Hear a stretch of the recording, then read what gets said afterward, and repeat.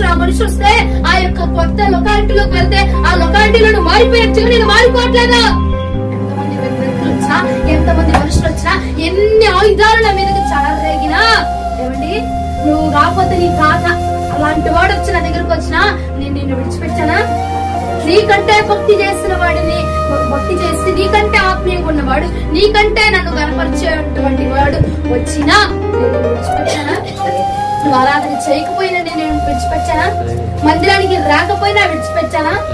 దేవుడు నా నామాన్ని గనపరచకపోయినా నేను విడిచిపెట్టానా? విడిచిపెట్టలేదు కదా. అంటే ఎవరో వచ్చారని నువ్వు మారు మనసు పొందినంత తేలిగ్గా నేను మారు మనసు పొందలేను.